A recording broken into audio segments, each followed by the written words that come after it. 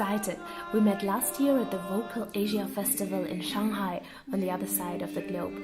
And I can't believe today I'm standing right here in Memphis joining the rehearsal of DeltaCappella. DeltaCappella, your name includes Delta. What does it mean, or what does it mean for your group? Yeah, well, the Delta, we're in the Delta area. What's it?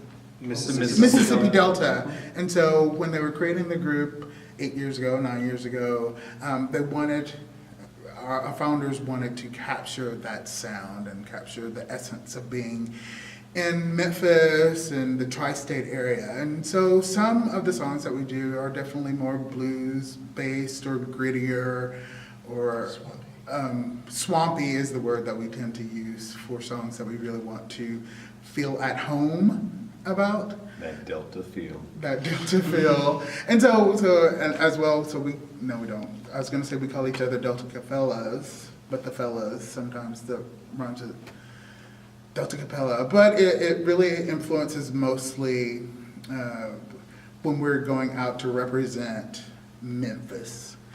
And it sounds cool too. Yeah. It worked. It worked. Yeah. Talking about your stay in China, was it your first tour abroad?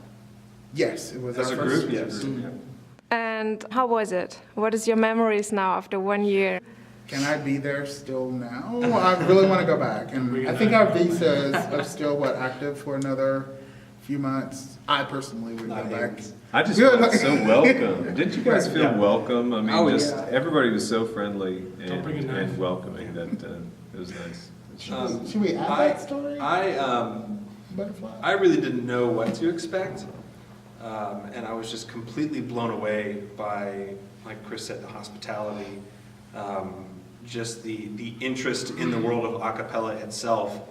And people didn't know who we were, didn't know anything about us, hadn't heard any of our music, but they were excited that we were there to hear something new that they hadn't heard before. And it definitely felt, I definitely felt rock star status for a couple times during the stay, which was very welcome but not expected, and that was a really neat experience. I think it was the mall gig where we sang in the mall, and then we were on the bus back, or we rode the subway back somewhere, and there was a girl on the subway train humming one of our songs. Yeah. And I don't know that she noticed us there. I don't know how we could.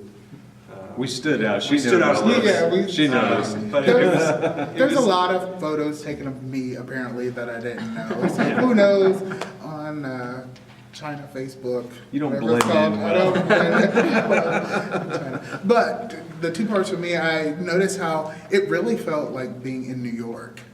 For me, Shanghai, it's a metropolitan city, much like New York, and so it felt easy to be there. Mm-hmm. For me. I don't know, I won't speak for all the other guys, but it was very easy for me to be there. I loved it. Yeah, I'd agree. City. And then also with piggybacking on what Tony said about the rock star status, I don't know if any of the people out there will know who Tiffany is, but she was a big pop star in the late 80s, and one of her biggest songs had, I Think We're Alone Now, was done in a mall. And as soon as I walked in and the mall floor lit up, I was like, I'm having a Tiffany moment. And it was the most amazing experience to go through. Yeah. So. Sri was only there for a day and a half. 2 days. So it was wonderful. For the short time, we need to go back. That's what it means. It means that we need to all go back. But the hospitality was wonderful. How did you feel when the single singers were singing one of your songs? That was completely unexpected. It was amazing sitting there and listening to somebody do a song that we've done, and that was our song. And I don't know, I felt really honored, and in a way I felt small, kind of like I cannot believe they are honoring us in this way, thinking of us in this way to honor us with singing one of our own songs. It was neat. That was also unexpected. Yeah. Yes, we didn't know that was happening. What I remember most from that rehearsal was there's I know what you're talking about. there's a part where there's a key change in the song that honestly has always been super difficult for us.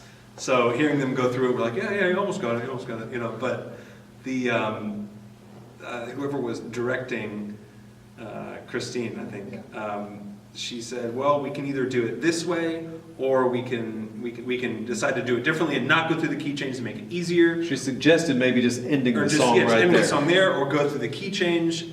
And there's what starts the key change is the basses going do do do ba do. And so she said she had a vote. She let everyone vote and said who wants to do it and stop the song right there. And some people raised their hands. And she said, who wants to do the key change? And all the basses raised their hands. Because they all want to go.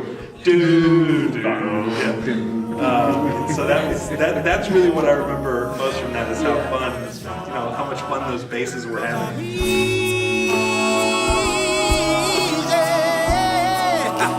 I'm easy like Sunday morning.